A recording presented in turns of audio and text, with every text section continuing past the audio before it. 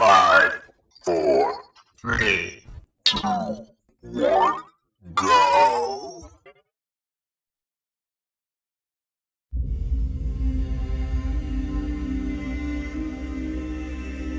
A year ago, my life had collapsed around me. I'd worked myself into exhaustion.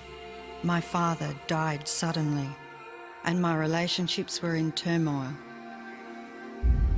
Little did I know at the time, out of my greatest despair was to come the greatest gift.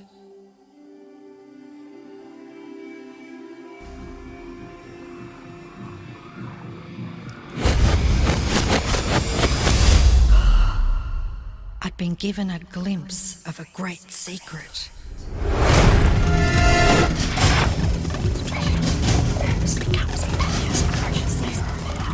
I began tracing the secret back through history.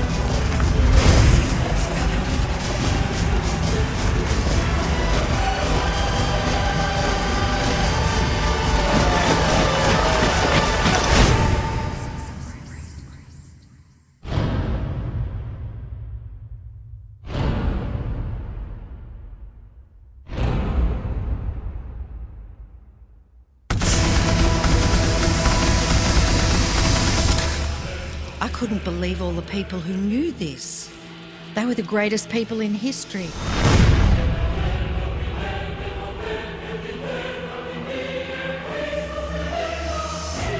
Why doesn't anyone know this? All I wanted to do was share the secret with the world. I began searching for people alive today who know the secret. One by one, they began to emerge.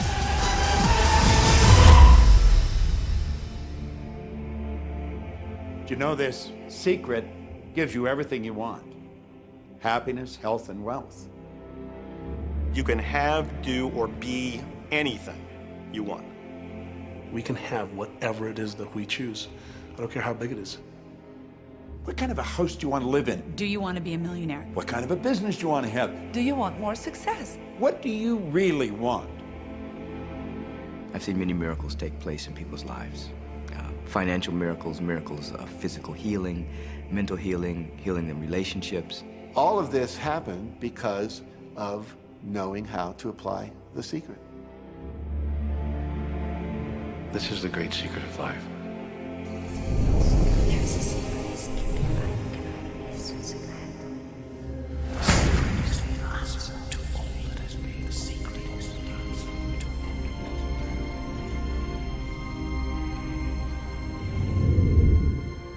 You've probably been sitting there wondering, what is the secret? I'll tell you how I have come to understand it. We all work with one infinite power. We all guide ourselves by exactly the same laws. The natural laws of the universe are so precise that we don't even have any difficulty building spaceships. We can send people to the moon, and we can time the landing with the precision of a fraction of a second.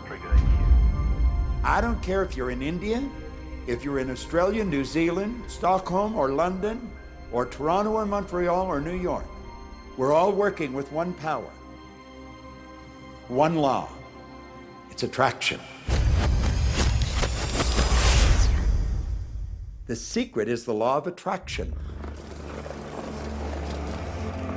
Everything that's coming into your life, you are attracting into your life. And it's attracted to you by virtue of the images you're holding in your mind. It's what you're thinking. You see, whatever is going on in your mind, you are attracting to you. Now, wise people have always known that. You can go right back to the ancient Babylonians. They've always known this. It's a small, select group of people. Why do you think that 1% of the population earns around 96% of all the money that's being earned? Do you think that's an accident? It's no accident. It's designed that way. They understand something. They understand the secret. And you are being introduced to the secret. The simplest way for me to look at the law of attraction is if I think of myself as a magnet, and I know that a magnet will attract to it. Very basically put, the law of attraction says that like attracts like, but we're really talking at a level of thought. Our job as humans is to hold on to the thoughts of what we want, make it absolute clear in our minds what we want, and from that we start to invoke one of the greatest laws in the universe, and that's the law of attraction. You become what you think about most, but you also attract what you think about most. If you see it in here, you're going to hold it here. And that principle can be summed up in 3 simple words.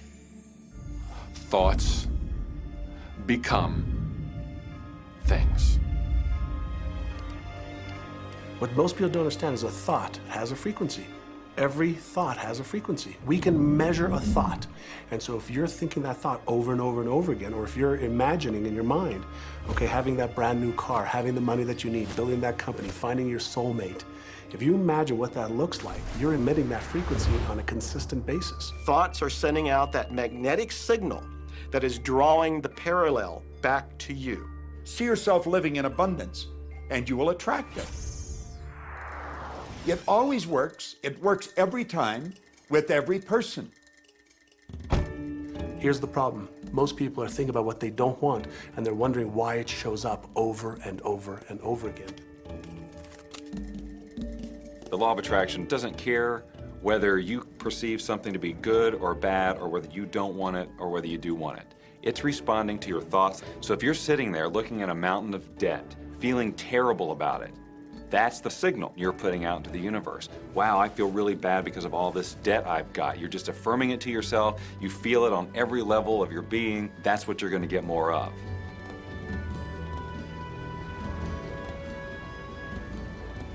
So when you're looking at that thing you want and you're saying yes to it, you're activating a thought. And the law of attraction is responding to that thought and bringing you things that match that. But when you are looking at something that you do not want and you shout no at it, you are actually not pushing it away. Instead, you are activating the very thought of what you do not want, and now law of attraction is lining those things up for you also. This is a universe that is based upon attraction. Everything is about attraction. The law of attraction is always working. Whether you believe it or understand it or not, it's always working. You might be thinking about the past or the present or the future, but whether you're remembering or observing or imagining, still in that process you are activating thought. And law of attraction, which is the most powerful law in the universe, is responding to your thought. Creation is always happening. Every time an individual has a thought or a prolonged, chronic way of thinking, they're in the creation process. Something is going to manifest out of those thoughts. Law of attraction says, we'll give you whatever it is you say and focus on. And so if you're complaining about how bad it is, what you're creating is more of how bad it is. Oh, look! I found that!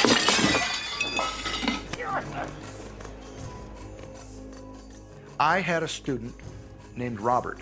Robert was a gay man, and he was taking an online course I have, part of which entails email access to me. And he outlined all of the grim realities of his life. In his job, all the people ganged up on him. And it was constantly stressful because of how nasty they were with him. When he walked down the street, he said every block he was accosted by homophobic people who wanted to abuse him in some way. He was wanting to become a stand-up comedian. And when he went out and did a stand-up comedy job, everybody heckled him about being gay. And his whole life was one of a lot of unhappiness and misery And it all focused around this idea of being attacked because he was gay. I began to teach him that he was focusing on what he did not want. I directed him back to his email that he sent me and said, read it again. Look at all the things you do not want that you're telling me about. And I can tell you're very passionate about this. When you focus on something with a lot of passion, it makes it happen even faster. And then he really started taking this thing about focusing on what you want to heart. And he began really trying it. What happened within the next 6 to 8 weeks was absolutely a miracle. He said that all the people in his office that had been harassing him either transferred to another department, quit working at the company, or started totally leaving him alone, and he began to love his job. He noticed that when he was walking down the street that nobody came up to him and harassed him anymore. They just weren't there. I'm a very, very gay man. When he went and did his stand-up comedy routines, he started getting standing ovations and nobody was heckling him. His whole life changed because he changed from focusing on what he did not want, what he was afraid of, what he wanted to avoid, to focusing on what he did want. So we may be very positive in our outlook and orientation, and we tend to attract positive people and positive events and circumstances. We may be very negative in our orientation, or very angry, in which case we tend to attract negative, angry people and negative, angry circumstances. And so you end up attracting to you the predominant thoughts that you're holding in your awareness, whether those thoughts are conscious or whether they're unconscious. That's the rub. If you look very carefully, when it comes to the secret and the power of our mind and the power of our intention in our daily lives, it's all around us. All we got to do is open our eyes and look. You see law of attraction evidenced in your society when you see that the one who speaks most of illness has it, when you see that the one who speaks most of prosperity has it. Law of attraction is evident everywhere around you if you are understanding what it is. It has to do with you being a magnet, attracting thought, attracting people, attracting events, attracting lifestyle. Indeed, everything that you bring into your experience, you bring because of this powerful law of attraction. I mean, I'm not talking to you from the point of view of just wishful thinking or imaginary craziness. I'm talking to you from a deeper, basic understanding. Quantum physics really begins to point to this discovery. It says that you can't have a universe without mind entering into it, that the mind is actually shaping the very thing that is being perceived. Now, if you don't understand it, doesn't mean you should reject it. You don't understand electricity, probably. First of all, no one even knows what electricity is, and yet you enjoy the benefits of it. Do you know how it works? I don't know how it works, but I do know this, that you can cook a man's dinner with electricity, and you can also cook the man. People oftentimes, when they begin to understand the great secret, become frightened of all of these negative thoughts that they have. Two things they need to be aware of. One, it has been proven now scientifically that an affirmative thought is hundreds of times more powerful than a negative thought. So that eliminates a degree of worry right there. You live in a reality where there is this buffer of time, and truly that serves you. You're really not wanting to be in an environment where your thoughts manifest immediately.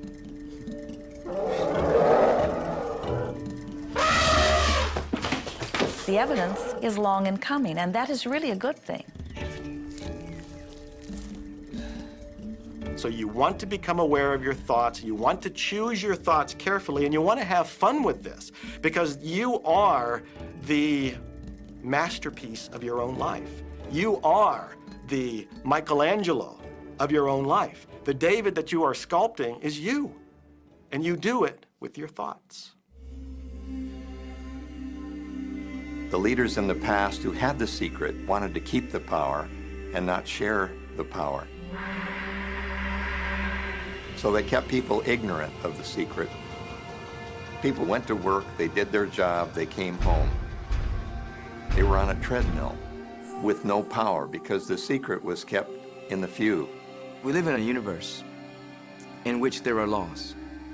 Just as there's a law of gravity, if you fall off a building, it doesn't matter whether you're a good person or a bad person, you're gonna hit the ground. Everything that's around you right now in your life, including the things you're complaining about, you've attracted. Now, I know at first blush that's going to be something that you hate to hear.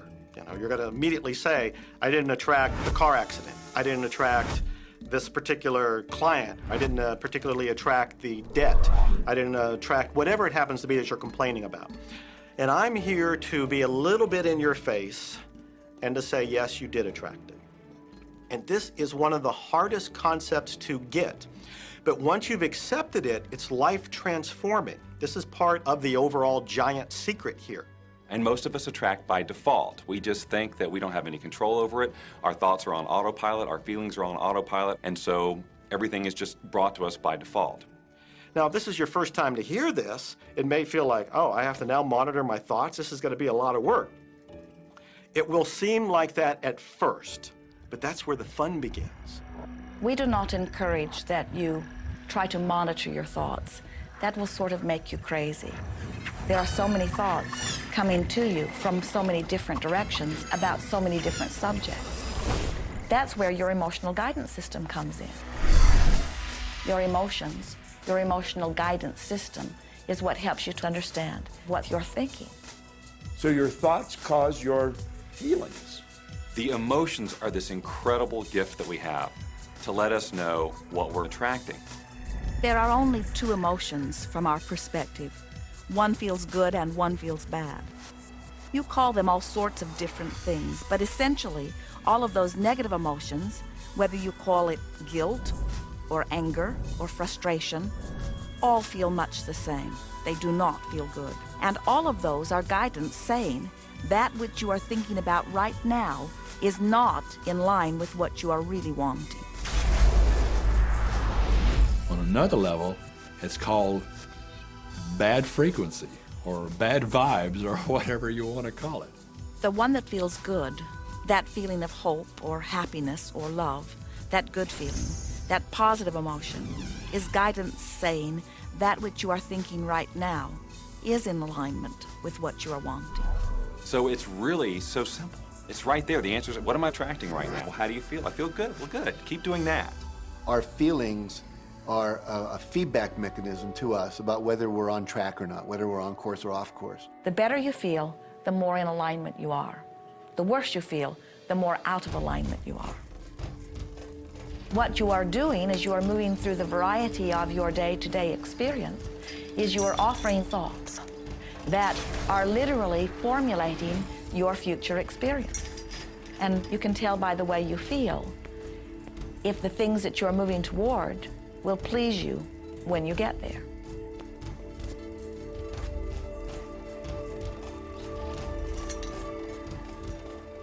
Whatever it is you are feeling is a perfect reflection of what is in the process of becoming. And you're getting exactly what you're feeling about, not so much what you're thinking about. That's why people, if they stub their toe out of bed, they tend to spiral.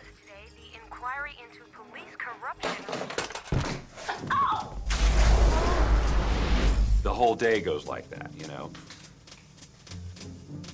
They have no clue that a simple shifting of their emotions can change their entire day and life. If you start out having a good day and you're in that particular happy feeling, as long as you don't allow something to change your mood, you're going to continue to attract, by the law of attraction, more situations, circumstances, people that sustain that happy feeling.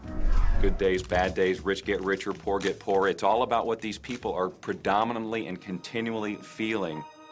You can begin right now to feel healthy. You can begin to feel prosperous. You can begin to feel the love that's surrounding you, even if it's not there. And what will happen is the universe will correspond to the nature of your song. The universe will correspond to the nature of that inner feeling and manifest, because that's the way you feel. So basically, what you focus on with thought and feeling is what you attract into your experience, whether or not it's something you want. What you think and what you feel and what manifests is always a match, every single time, no exception. It's hard to swallow, but when we can begin to open ourselves up to that, the ramifications are awesome. It means that whatever thought has done in your life, it can be undone through a shift in your awareness.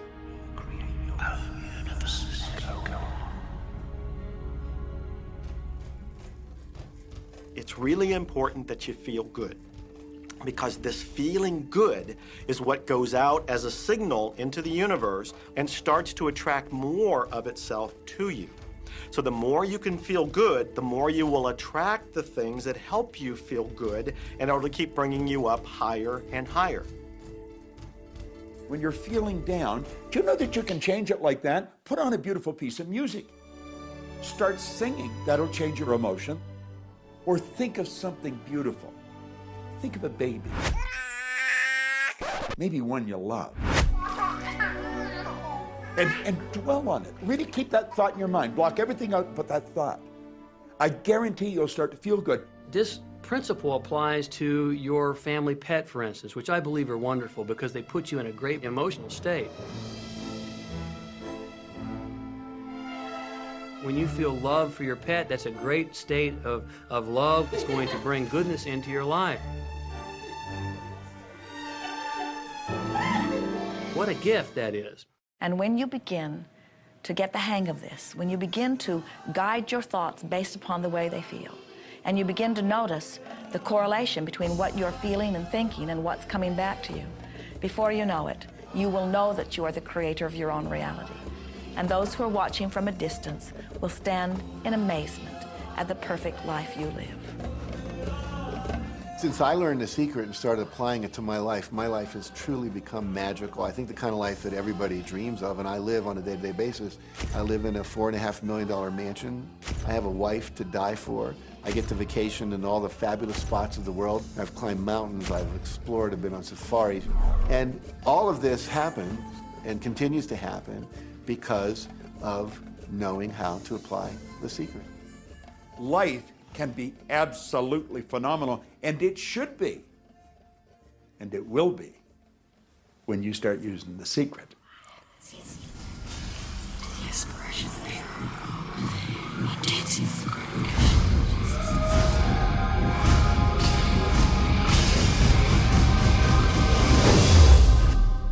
Well, a lot of people ask me what their job is in the creative process and what the job of the universe is. So let's look at that for a moment. Let's use this metaphor. If you think about Aladdin and his lamp, you've probably heard of that one. I mean, Aladdin picks up the lamp and he dusts it off, and out pops the genie.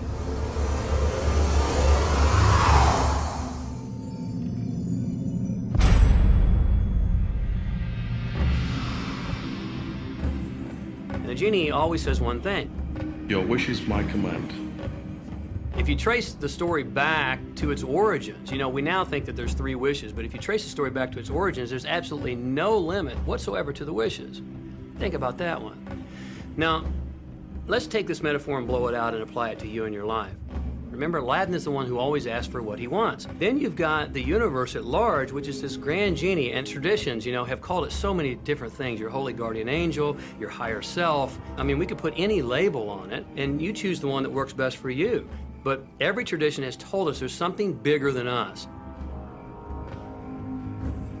And the genie always says one thing. Your wish is my command. So we like to say to you that the creative process is a 3-step process. Step 1 is you must ask for what you want. You do not need to use words to ask. In fact, the universe is not even hearing words from you. The universe is responding completely to your thought.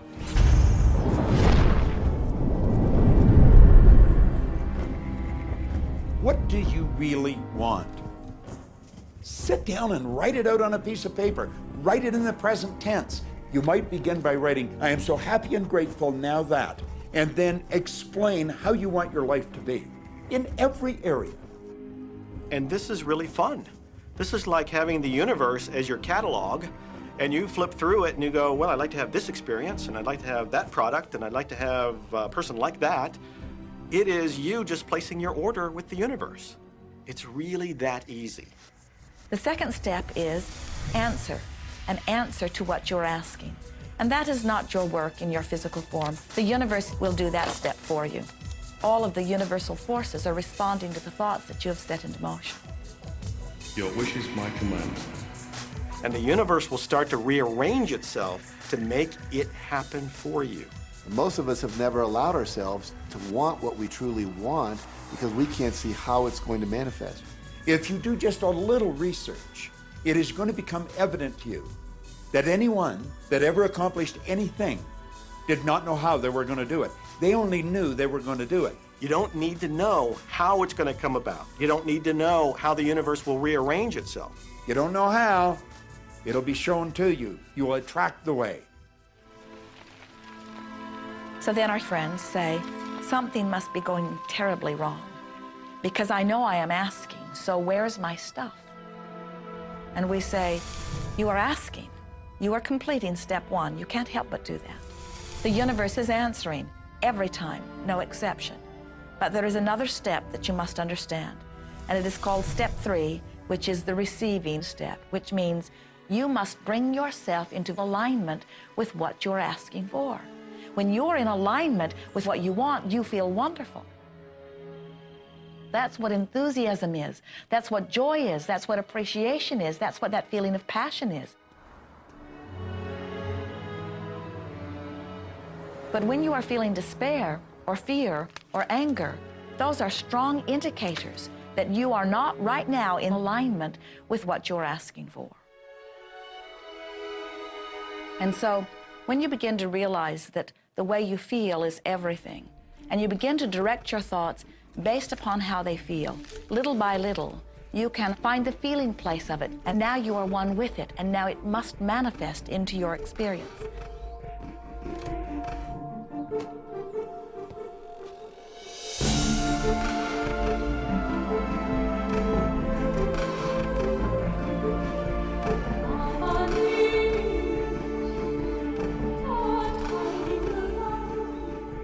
And when you turn that fantasy into a fact, you're in the position to build bigger and better fantasies. And that, my friend, is the creative process. So the law of attraction, the study and practice of the law of attraction is just figuring out what will help you generate the feelings of having it now. Go test drive that car. Go shop for that home. Get in the house. Do whatever you have to do to generate the feelings of having it now and remember them. Whatever you can do to do that will help you to literally attract it. It could be you wake up and it's just there, it's manifest. Or you might get some inspired idea of some action to take. You certainly shouldn't be going, well, I could do it this way, but man, I would hate that, because you're not on the right track if that's the case.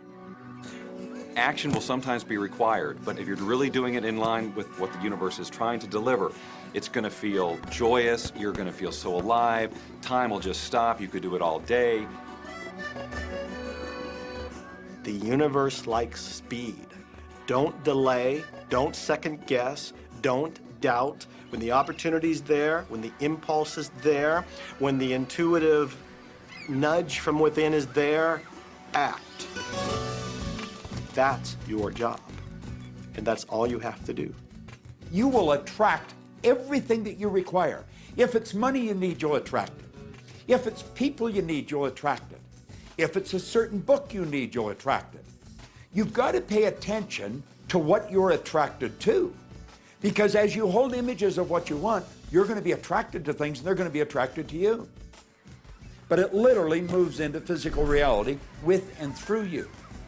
And it does that by law. You can start with nothing. And out of nothing, and out of no way, a way will be made. Think of this, a car driving through the night, the headlights only go 100 to 200 feet forward. And you can make it all the way from California to New York, driving through the dark, because all you have to see is the next 200 feet. And that's how life tends to unfold before us. And if we just trust that the next 200 feet will unfold after that, and the next 200 feet will unfold after that, your life will keep unfolding, and it will eventually get you to the destination of whatever it is you truly want, because you want it.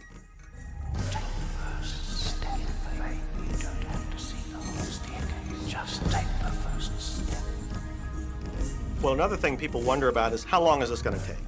How long will it take to manifest the car, the relationship, the money, whatever it happens to be? Well, I don't have any rule book that says it's going to take you 30 minutes or 3 days or 30 days. I think it's more a matter of you being in alignment with the universe itself. Size it's nothing to the universe. It is no more difficult to attract on a scientific level something that we consider huge to something that we consider infinitesimally small. The universe does everything it does with zero effort. Grass doesn't strain to grow. It's effortless. It's just this great design. It's all about what's going on up here. It's about what we put in place, saying this is big, it's going to take some time. This is small, oh, I'll give it an hour. You know, those are our rules that we define. There are no rules according to the universe. You provide the feelings of having it now, it will respond. Some people have an easier time with little things, and so we sometimes say, well, start with something small, like a cup of coffee. Make it your intention to attract a cup of coffee today. Hold an image of talking to an old friend that you haven't seen for a long time. Somehow or another, somebody's going to start talking to you about that person. That person's going to phone you, or you'll get a letter from them. People are amazed how that I line up car parks, and I've done this right from when I first understood the secret. I would visualize a car space exactly where I wanted, and 95% of the time it would be there for me, and I just pull straight in. 5% of the time I have to wait just a minute or two, and the person would pull out, and I'd pull in. So I do that all the time.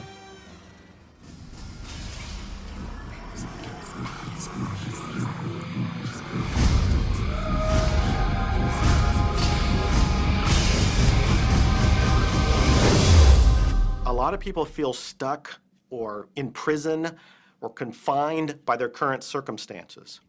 And I'm trying to point out that whatever your circumstances right now, that is only your current reality.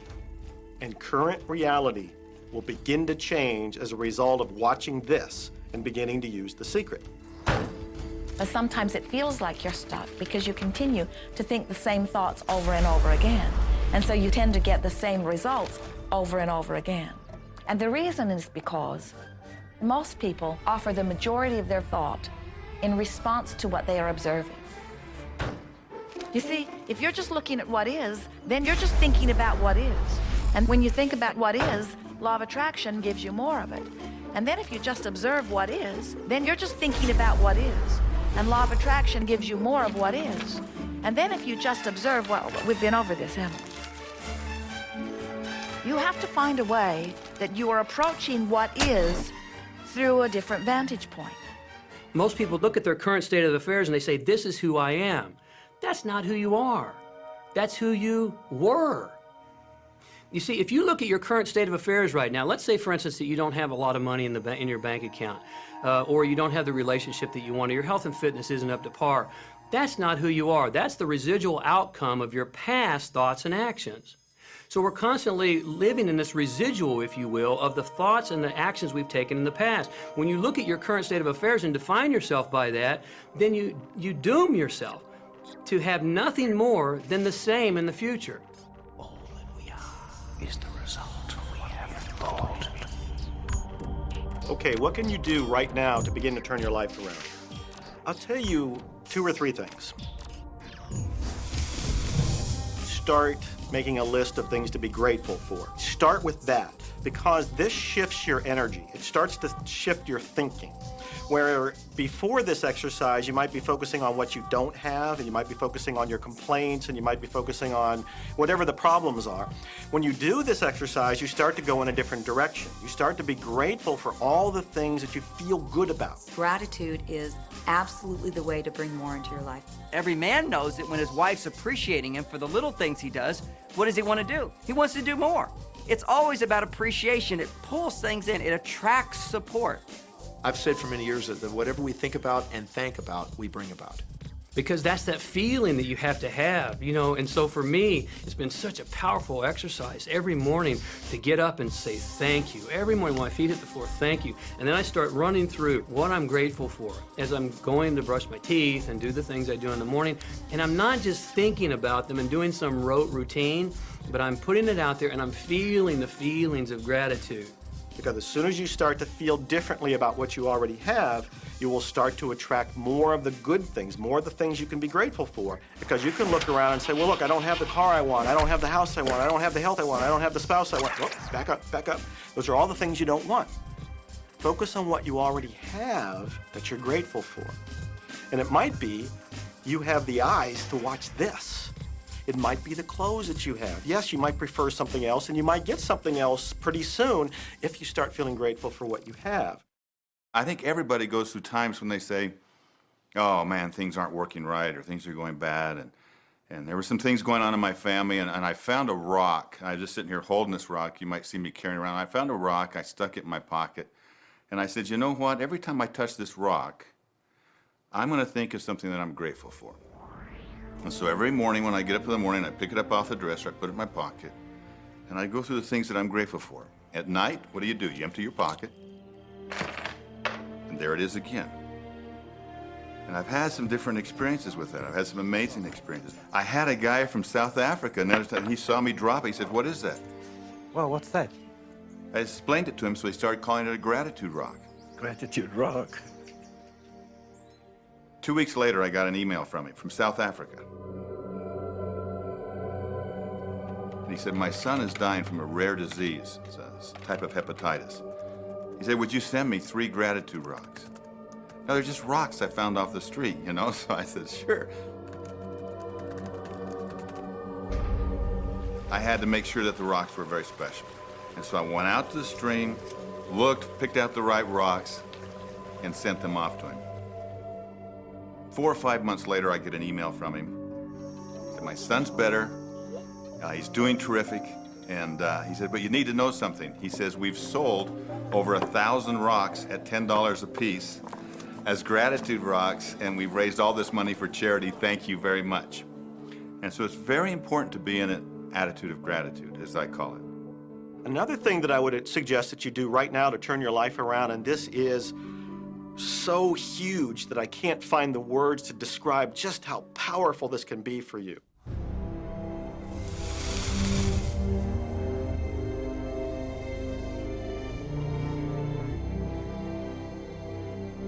I took the visualization process from the Apollo program and instituted it during the 1980s and 90s into the Olympic program.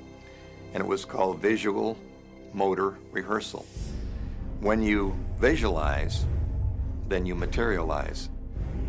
And the interesting thing about the mind is we took Olympic athletes and then hooked them up to sophisticated biofeedback equipment and had them run their event only in their mind.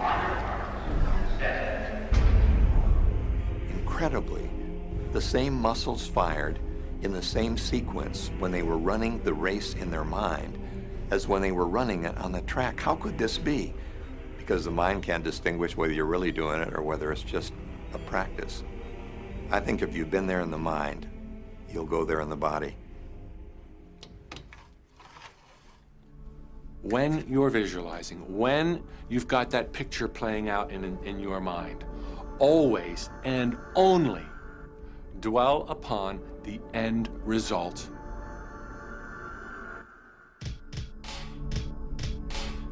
Here's an example.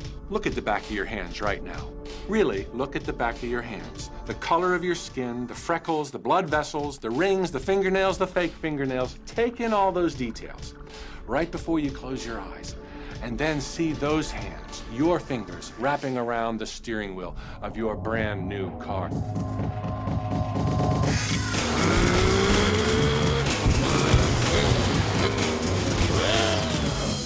This is such a holographic experience, so real in this moment, that you don't even feel like you need the car because it feels like you already have it. It's the feeling that really creates the attraction, not just the picture or the thought. And I think for a lot of people, they think, well, if I think positive thoughts, or if I visualize having what I want, that'll be enough. But if you're doing that and still not feeling abundant or feeling, you know, loving and joyful, then it doesn't, from my mind, really create the power of the attraction. This is where the secret actually moves into action. You put yourself in the feeling place of really being in that car, not, oh, I wish I could get that car, or someday I'll have that car, because that's a very definite feeling associated with that. It's not in the now, it's not, it's in the future. If you stay in that feeling, it will always be in the future. Feel the joy, feel the happiness, no matter how silly it seems in that dark and quiet room, and you're going, woohoo! Do it! A lot of people will say, come on, do I have to do that? How bad do you want change?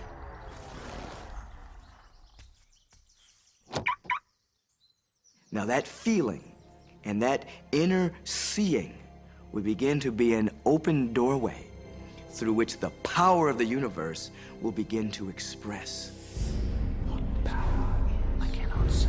All I know is that it exists. Our job is not to figure out the how.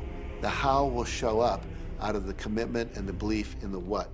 The hows are the domain of the universe. It always knows the shortest, quickest, fastest, most harmonious way between you and your dream. If you turn it over to the universe, you will be surprised and dazzled by what is delivered to you. This is where magic and miracles happen. Well, I would say you want to do this virtually daily, but my disclaimer is this should never be a chore. What's really bottom line importance here to the whole secret is feeling good. You want to feel exhilarated by this whole process. You want to be high, happy, in tune as much as possible. The only difference between people who really are living this way and people who aren't, living in the magic of life, is that the people who are living in the magic of life have habituated ways of being. They have habituated this process, and magic happens with them wherever they go, because they remember it and they do it all the time, not as a one-time event. People hold that for a while and they're really a champion at it. And they say, you know what, I'm fired up, I saw this program and I'm gonna change my life. And yet, results aren't showing, and beneath the surface, it's just about ready to break through. And someone will look at the surface results and go, this stuff doesn't work. And you know what? The universe says, your wish is my command. And it goes down. Knowing the law of attraction, I wanted to really put it to use and to see if it was, what would happen. And in 1995, I started to create something called a vision board, where I take something that I would want to achieve, or something that I want to attract, like a car or a watch or the soulmate of my dreams, and I'd put a picture of what I wanted up on this board called the vision board. And every day I would sit in my office and I would look up at this board and I would start to visualize. I would really get into the state of having already acquired it. And I was getting ready to move, and so we put all the furniture, all the boxes, put into storage. And I made 3 different moves over a period of 5 years. And then I ended up in California and bought this house, renovated it for a year, and then had all the stuff brought from my former home 5 years earlier. One morning, about 7:30 in the morning, my son comes into my office, and one of the boxes that was sealed for 5 years was right at the doorstep. And my son, Keenan, was sitting on the box, banging away at the box, and I said, sweetheart, will you please stop me? I'm doing some work here. And he says, what's in the boxes, Daddy? And I said, well, honey, those are my vision boards. What's a vision board? I said, well, it's where I put all my goals up. I cut them out and I put all my goals up as something that I want to achieve in my life. And of course, at 5.5 years old, he didn't understand it. So I said, sweetie, let me just show you, because that'll be the easiest way to do it. And so I cut the box open. And when I pulled up the vision boards, there was a picture on there of a home that I was visualizing 5 years earlier. And what was shocking to me was we were living in that house, not a house like it. I had bought my dream home, renovated it, and didn't even know it. But I looked at that house, I started to cry because I was just blown away. Why are you crying? Honey, I finally understand how the law of attraction works. I finally understand the power of visualization. I finally understand everything that I've read, everything that I've worked with my whole life, the way I've built companies. It worked for my home as well. And I bought our dream home and didn't even know it.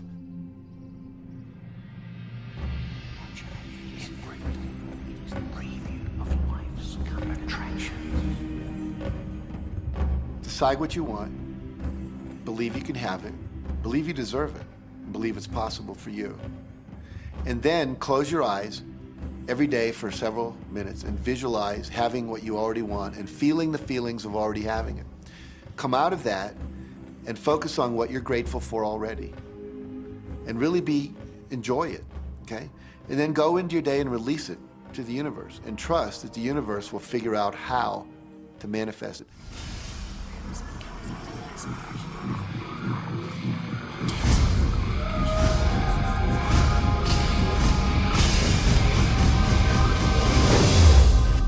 No, The Secret was definitely a real transformation for me because I grew up in a family where my dad was very negative, thought that rich people were people that had ripped everyone off, thought that anyone who had money, must have deceived somebody. And so I grew up with a lot of beliefs about money, that if you had it, it made you bad. Only evil people have money. And, money doesn't grow on trees. That was a big one. Who do you think I am, Rockefeller? That was one of his favorite phrases. So I grew up truly believing that life was difficult, that it was hard, you had to struggle. And it was only when I met W. Clement Stone that I literally began to shift my life. Whatever the mind of man can conceive and achieve.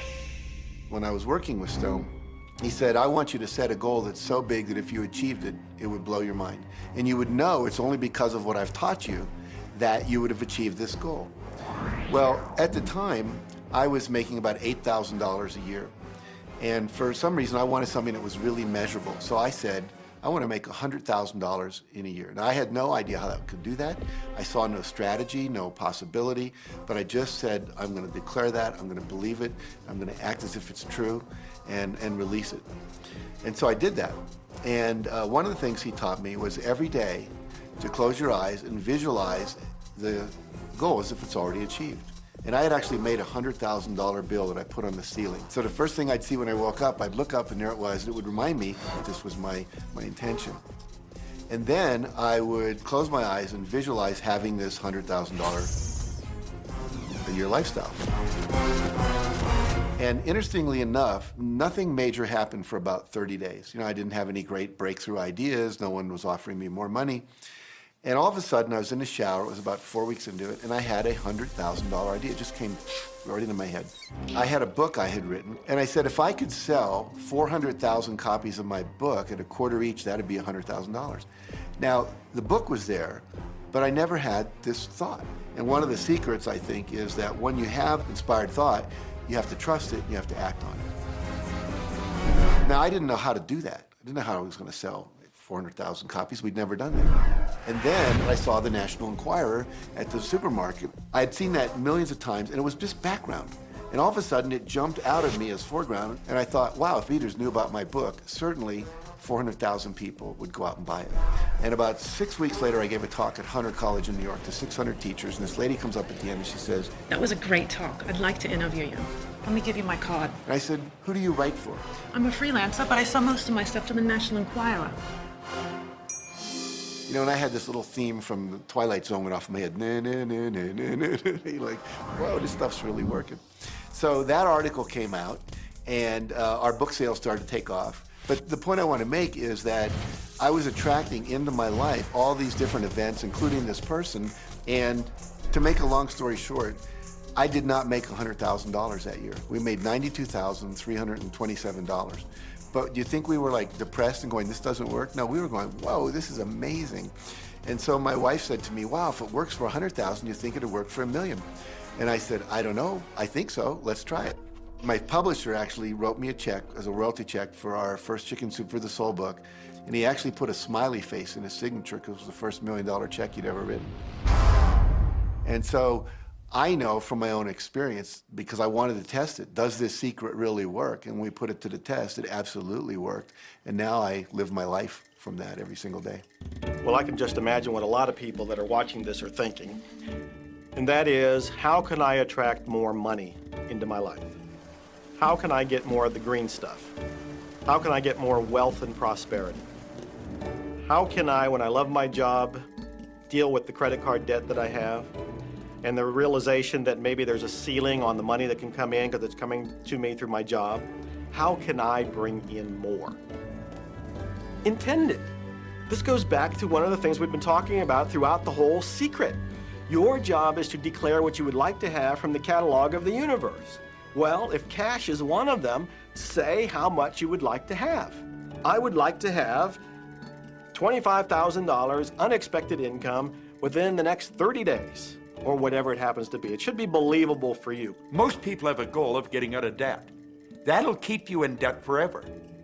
Whatever you're thinking about, you will attract. You'll say, but it's get out of debt. I don't care if it's get out or get in. If you're thinking debt, you're attracting debt. Set up an automatic debt repayment program and then start to focus on prosperity. So many times people say to me, well, I'd like to double my income in the next year. But then you look at their actions and they're not doing the things that are going to make that happen. And they'll turn right around and go, well, I can't afford that. Okay, guess what? Your wish is my command. As you are fussing about not having enough money, as you are talking to your friend about not having enough money, as you are feeling unhappy about not having enough money, you are actually activating within yourself or continuing the activation of a thought that is very different from the desire that you have launched. What it just comes down to is you just can't want more money and focus upon not enough. When I first understood the secret, I was getting bills. Every day I'd get a bunch of bills in the mail. And I thought, how do I turn this around? The law of attraction states that what you focus on, you will get. So I got a bank statement. I whited out the total and I put a new total in there. I put exactly how much I wanted to see in the bank. So I thought, what if I just visualize checks coming in the mail? So I just visualize a bunch of checks coming in the mail. Within just 1 month, things started to change. And it is amazing. Today, I just get checks in the mail. I get a few bills, but I get more checks than bills. I grew up on you have to work hard for money, you have to work hard for money. And so I replaced that with money comes easily and frequently. Now, in the beginning, it feels like a lie, right? There was a part of your brain that will say, oh, you liar, it's hard. So you have to know it's this little tennis match that will go on for a while. When it comes to creating wealth, wealth is a mindset.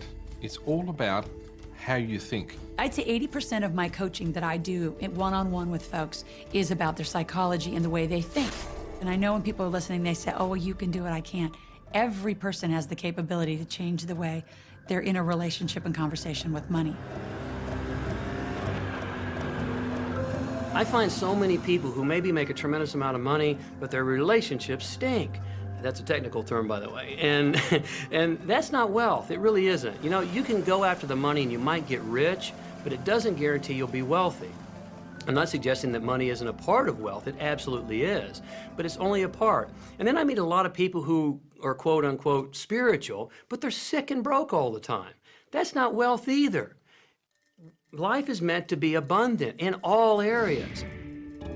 Many people in Western culture are striving for success. They want to have the home, they want their business to work, they want all of these things. But what I found in my research is that having those things certainly doesn't guarantee what we really want, which is happiness. And that's when all those outer things come. They don't come from going after them first to get happiness. It's backwards. You go for the sense of inner joy, of inner peace, of inner vision first, and then all the other things from the outside appear.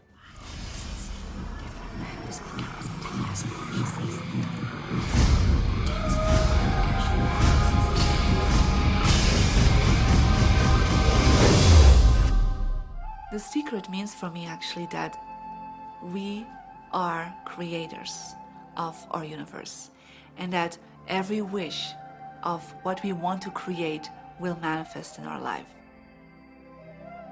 Therefore, it's very important what you wish, what your thoughts are, what your feelings are, because it will manifest. Now, one day I went into somebody's home, and he was an art director of a very famous film producer. And in every corner, he had this beautiful image of a woman, a naked woman dressed with a fabric, kind of doing this, kind of saying, oh, I don't look at you, I don't see you, And I said, I think you have trouble in your romance. Are you a clairvoyant or something? No, but look, 7 places you have exactly that woman. But I love that kind of painting. I painted it myself. That's even worse, I said, because you put all your creation and your creativity in it. Now, he's this gorgeous-looking man.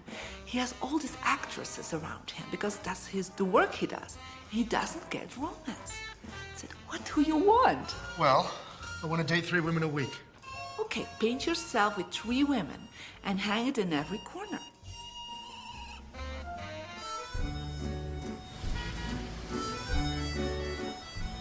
6 months later, see him in Europe and said, how is your love life? Great. They just call me. They all want to date me. Because that's your wish. Now I have like 3 dates a week. They're fighting over me. Good on you. But I really want to stabilize a little bit. I want marriage, and I want romance. Well, paint it, okay? So he painted a beautiful romantic relationship. And a year later, he got married and is very happy. Because he put another wish out. But he wished it in himself for years, but it did not happen. Because his wish could not manifest because the outer level of himself, his house, was just contradicting himself all the time. So if you know this knowledge, you should start playing with it. Inside relationships, it's important to first understand who's coming into the relationship. And I don't mean about your partner, I mean about you. How can you ever expect anyone else to enjoy your company if you don't enjoy your own company? And so, again, the law of attraction, or the secret, is about bringing that into your life, and you've got to get really, really clear. Here's the question I would ask you to consider. Do you treat yourself the way that you want other people to treat you? You become the solution for you. Don't now you owe me and you need to give me more. Instead, give more to yourself. Take time off to give to yourself, in a sense, to fill yourself up to fullness, to where now you can overflow in giving. I got into many relationships expecting my partner to show me my beauty. I needed to see him showing me my beauty because I didn't feel beautiful. Because when I was growing up, my sheroes were Charlie's Angels, or the Bionic Woman, Wonder Woman. And though they were wonderful women, none of them looked like me. It wasn't until I stopped and I fell in love with Lisa, full lips, round hips, mocha skin, afro, that the rest of the world began to fall in love with Lisa. There's something so magnificent about you. I have been studying me for 44 years. I want to kiss myself. Because you're going to get to love yourself. I'm not talking about conceit. I'm talking about a healthy respect for yourself. And as you love yourself, you'll love others. Sometimes people will say, those people at work are so negative, or the man I live with is so angry, or my children are so worrisome to me. And we say, you must orient yourself to the best part of those people who surround you. We encourage that you get a notebook and that you make a list of the positive aspects of the people that you spend a lot of time with.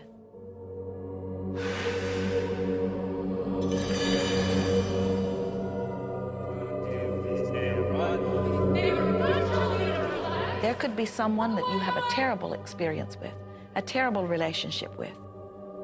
And in the privacy of your own mind, and with quite a bit of work, we will admit, as you focus upon things that you like most, those people will become that mostly to you.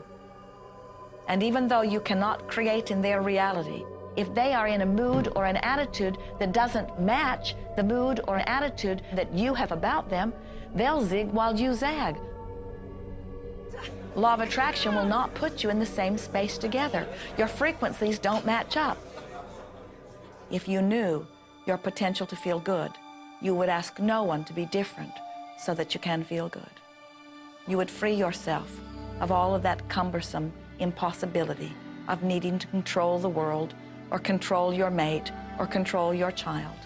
You are the only one who creates your reality. For no one else can think for you. No one else can do it. It is only you, every bit of it you.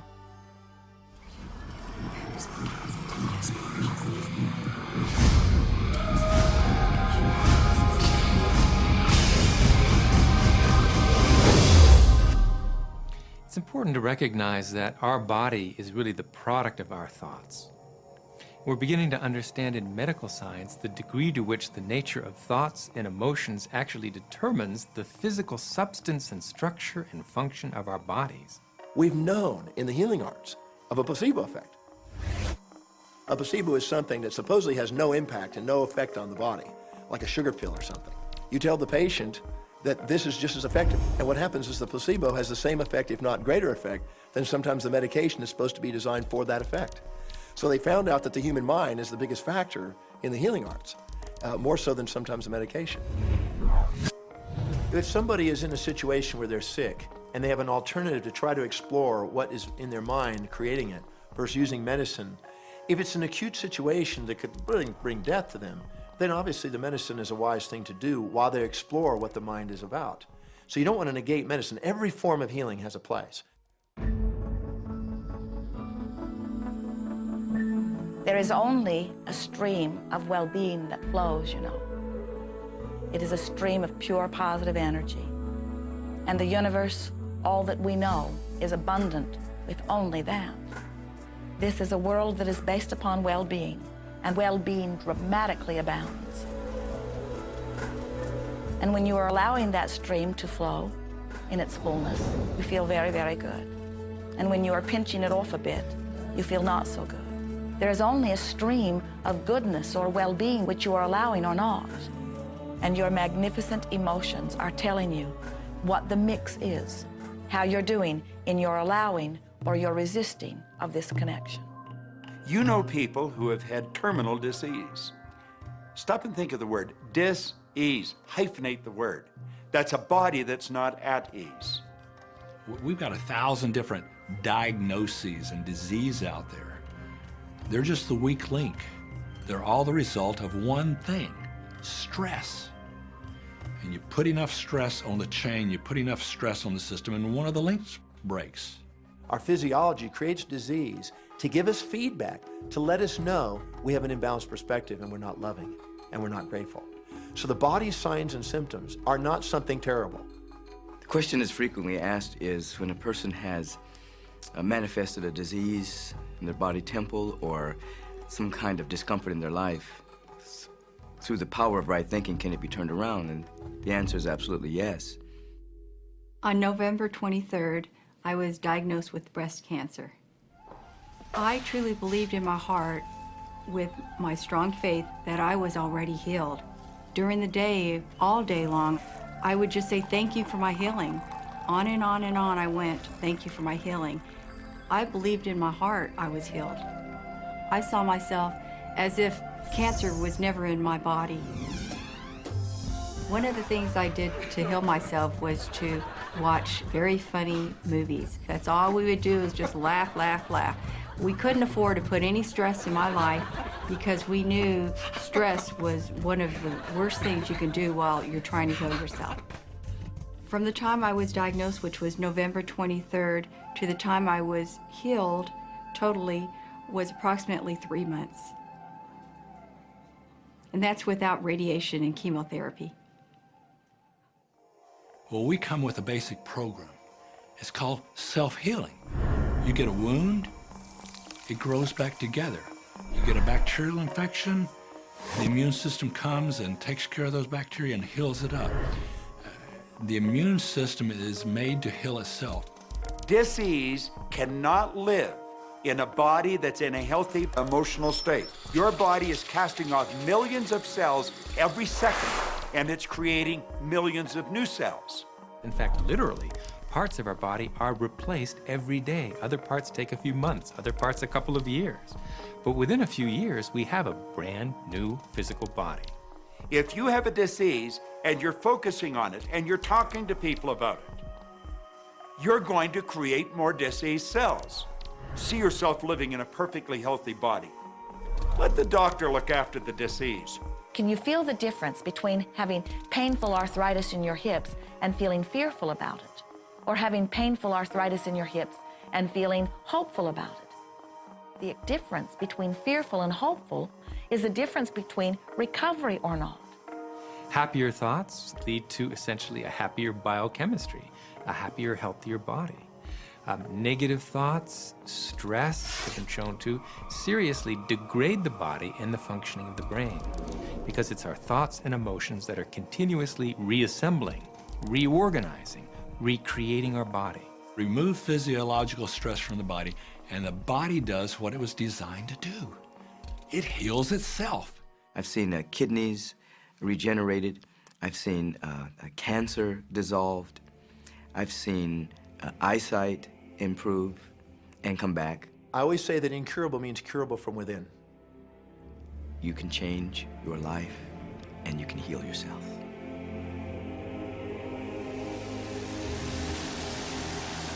Well, my story begins on March 10, 1981. It really changed my whole life. It was a day I'll never forget.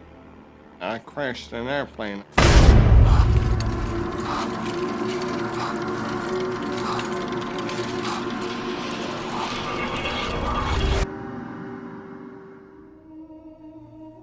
I ended up in the hospital completely paralyzed. My spinal cord was crushed. I broke the first and second cervical vertebrae. My swallowing reflex was destroyed. I couldn't eat or drink. My diaphragm was destroyed. I couldn't breathe. All I could do was blink my eyes. The doctor, of course, said all my life I'd be a vegetable. All I'd do is blink my eyes the rest of my life. That's the picture they saw of me, but it didn't matter what they thought. The main thing was what I thought.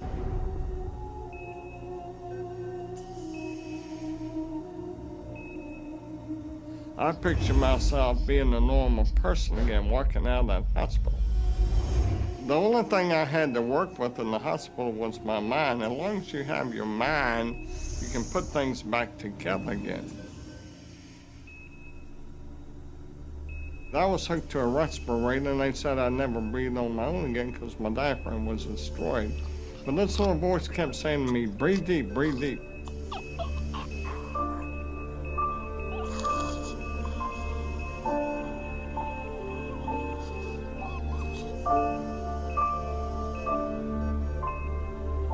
Finally, I was weaned from it. They were at a loss for an explanation. See, I could not afford to allow anything to come in my mind that would distract me from my goal and from my vision.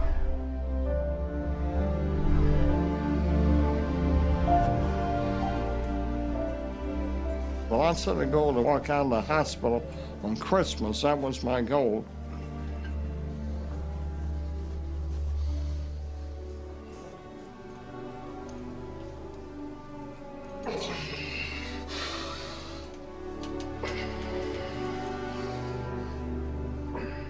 Eight months later, I walked out of the hospital on my own 2 feet. They said it couldn't be done. That's a day I will never forget. For people that are sitting out there right now watching this program that are hurting, if I wanted to sum up my life and sum up for people what they can do in life, I would sum it up this way in 6 words. Man becomes what he thinks about.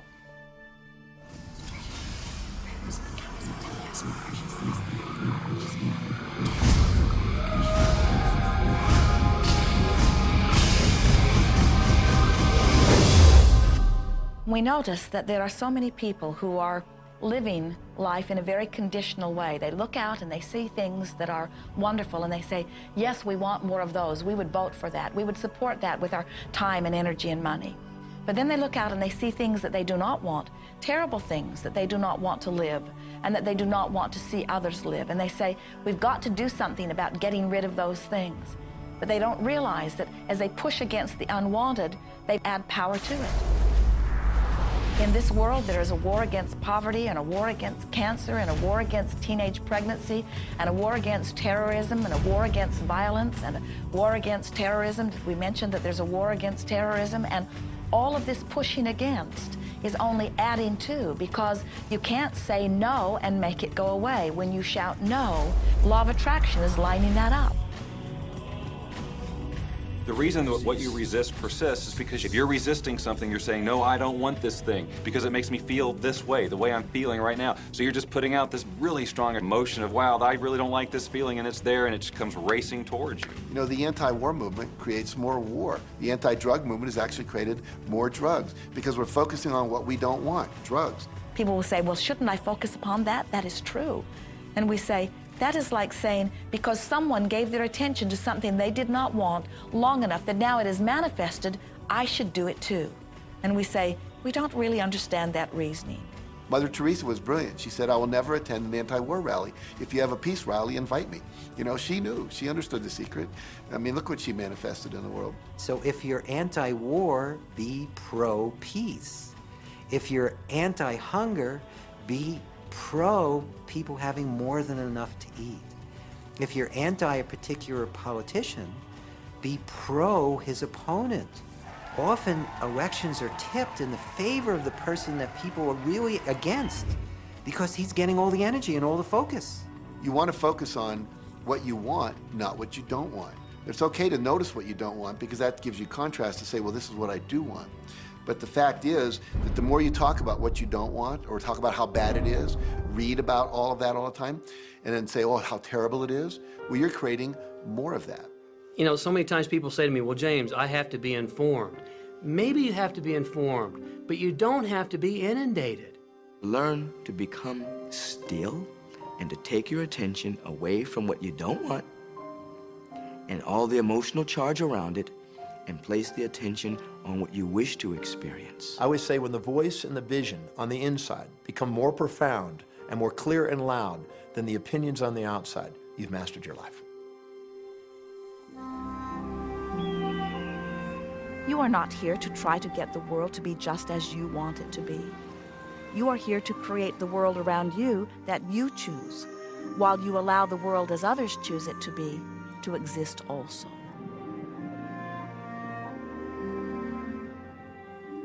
One of the questions I get almost all the time, and it's probably on somebody's mind right now if it's not on yours, and that's the idea that, well, if everybody uses The Secret and they all treat the universe like a catalog, aren't we going to run out of stuff? Won't everybody just make a run for it and bust the bank?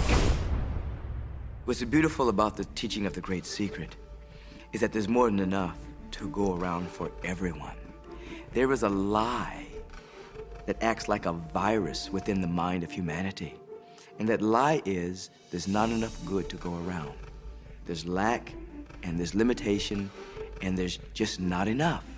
That lie has people living in fear, greed, stinginess, and those thoughts of fear, greed, stinginess, and lack become their experience. So the world has taken a nightmare pill. Now the truth is, there's more than enough good to go around. There's more than enough creative ideas. There's more than enough power. There's more than enough love. There's more than enough joy. All of this begins to come through a mind that is aware of its own infinite nature. Every great teacher who's ever walked the planet has told us that life was meant to be abundant. And so just when we think that resources are dwindling, we find new resources to achieve the same things. And so even though we say we have lack, it's because we don't open up our vision and see all what's around us. You know, when everybody starts to live from their heart and go for what they want, they don't go for the same things. That's the beauty of this. We don't all want BMWs. We don't all want the same person. We don't all want the same experiences. We don't all want the same clothing. We don't all want fill in the blank. There's enough for everyone. If you believe it, if you can see it, if you act from it, it will show up for you. That's the truth. So let the variety of your reality thrill you as you get to choose from among it those things that you're wanting. And when you see something that you want in your experience, think about it. Find the feeling place of it. Get inside of it. Talk about it and write it down. Write a script about it. Make it your reality by becoming a match to it. And when you see those things that you're not wanting in your experience, do not talk about them. Don't write about them. Don't join groups that worry about them. Don't push against them. Do your best to ignore them. Remove your attention from the things that you do not want, while you give your undivided attention to the things that you do want. Most of the leaders in the past missed the great part of the secret, which is empowering and sharing with others. This is the best time to have ever been alive in history. It's the first time we've ever had the power to gain knowledge at our fingertips.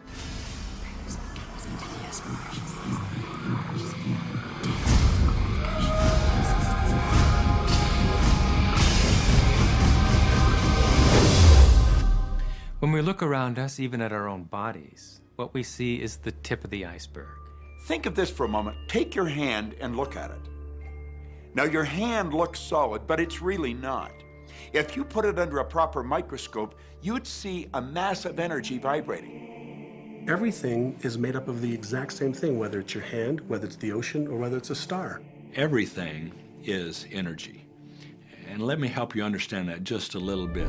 There's the universe, of course, and our galaxy, and our planet, and then individuals, and then inside of this body are organ systems, and then there's cells, and then there's molecules, and then there's atoms, and then there is energy.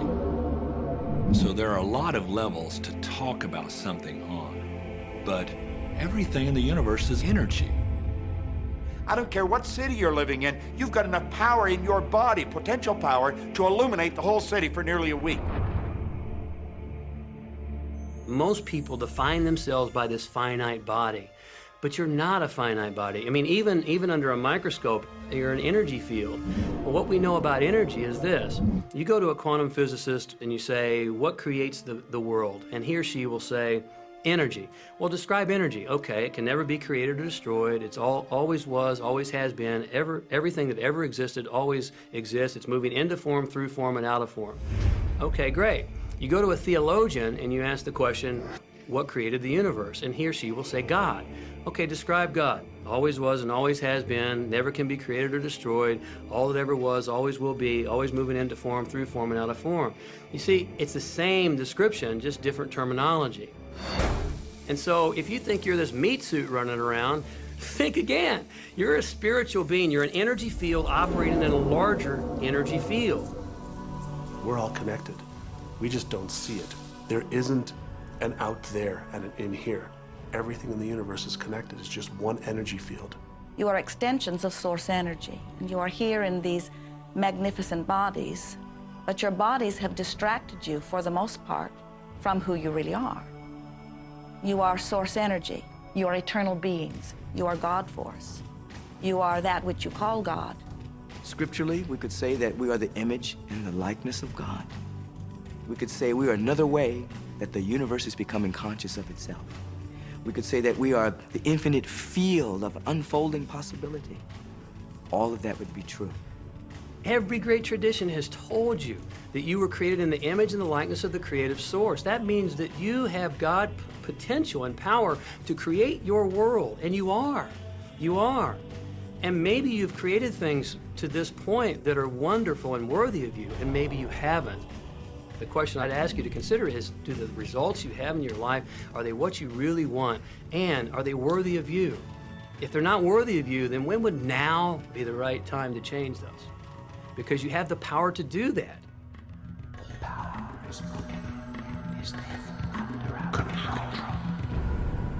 You know, a lot of people feel like they're victims in life, and they'll often point to past events, perhaps growing up with an abusive parent or in a dysfunctional family.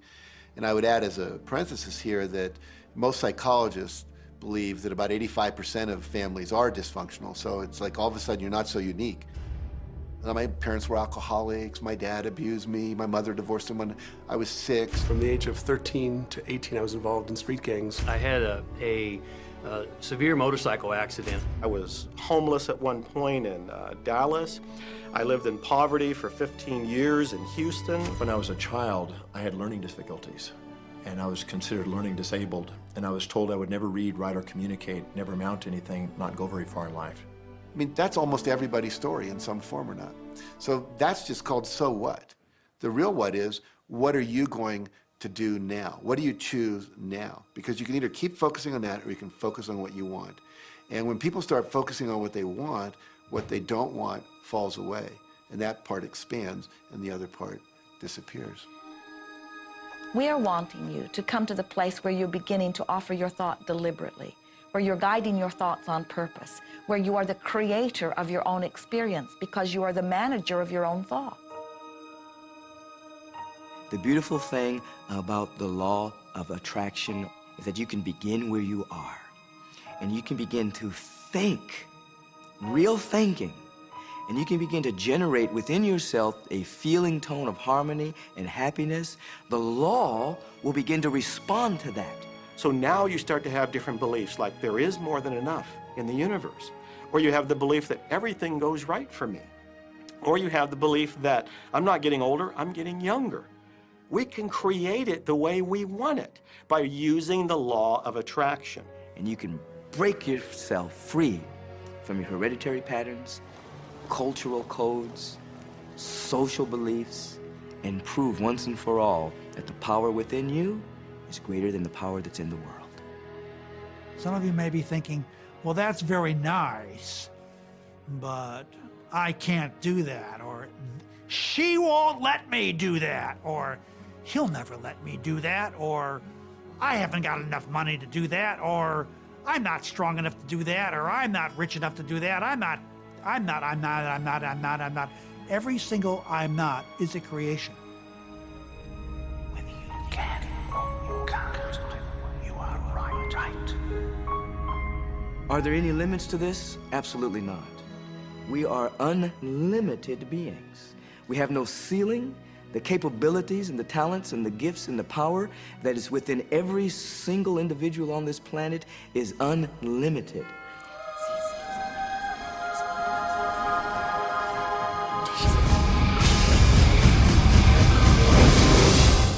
There is no blackboard in the sky on which God has written your purpose, your mission in life. There's no blackboard in the sky that says, Neil Donald Walsh, a handsome guy who lived in the first part of the 21st century, who, colon, then there's a blank, you know, and all I have to do to really understand what I'm doing here, why I'm here, is to find that blackboard and find out what God really has in mind for me. But the blackboard doesn't exist. So your purpose is what you say it is. Your mission is the mission you give yourself. Your life will be what you create it as, and no one will stand in judgment of it now or ever. It took a lot of years for me to get this, because I grew up very much with this idea that, you know, there was something I was supposed to do, and if I wasn't doing it, I was like, God wouldn't be happy with me, you know? When I really got that my primary aim was to feel and experience joy, then I began to do only those things which brought me joy. We have a saying, you know, if it ain't fun, don't do it, you know? Joy, love, freedom, happiness, laughter. That's what it is. And if you've just experienced joy sitting there and meditating for an hour, by golly, do that. If you experience joy eating a salami sandwich, then do that. When I pet my cat, I'm in a state of joy. When I walk in nature, I'm in a state of joy. So I want to constantly put myself in that state. And when I do that, then all I have to do is have the intention of what I want, and what I want manifest. So inner happiness actually is the fuel of success. Anything that makes you feel good is always going to be drawing in more. You are listening to this right now. It's you that drew this into your life. It's your choice whether you want to take it and utilize it. If it feels good, if it doesn't feel good, then you know, let it go. Find something that feels good, that resonates with your heart.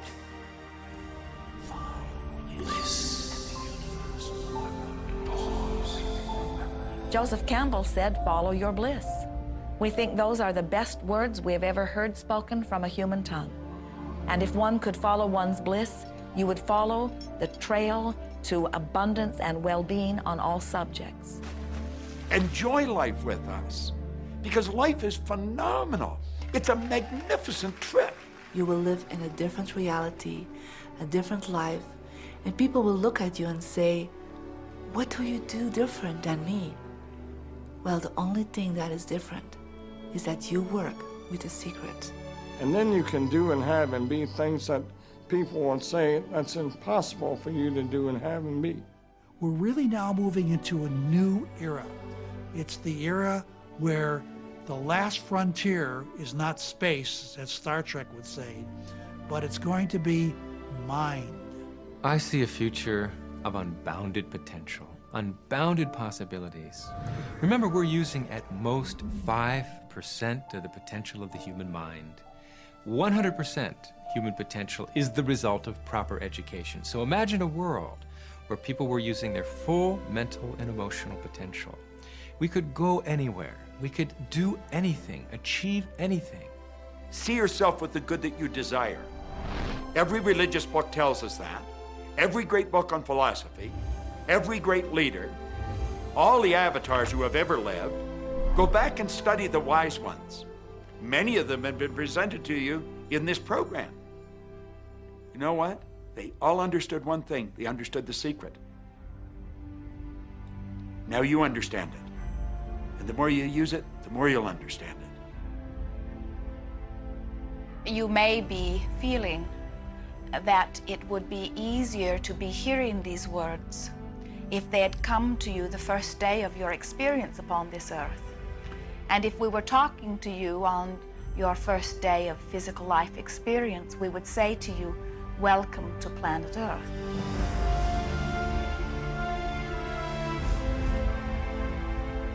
There is nothing that you cannot be or do or have. You are a magnificent creator, and you are here by your powerful and deliberate wanting to be here. Go forth, giving thought to what you are wanting, attracting life experience to help you decide what you want. And once you have decided, giving thought only unto that. Most of your time will be spent collecting data that will help you decide what it is you want. But your real work is to decide what you want and then to focus upon it. For it is through focusing upon what you want that you will attract it. That is the process of creating. I believe that you're great, that there's something magnificent about you. Regardless of what has happened to you in your life, regardless of how young or how old you think you might be, the moment you begin to think properly, there's something that is within you, there's power within you that's greater than the world, it will begin to emerge. It will take over your life. It will feed you. It will clothe you. It will guide you, protect you, direct you, sustain your very existence if you let it. Now that is what I know for sure.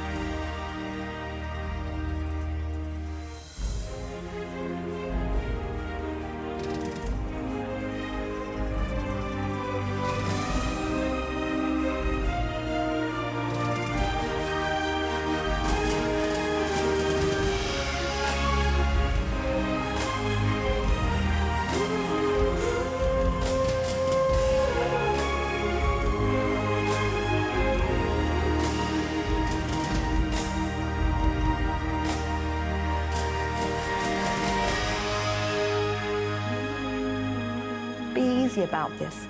Have fun with it. There is nothing you are supposed to do, only that which you want to do.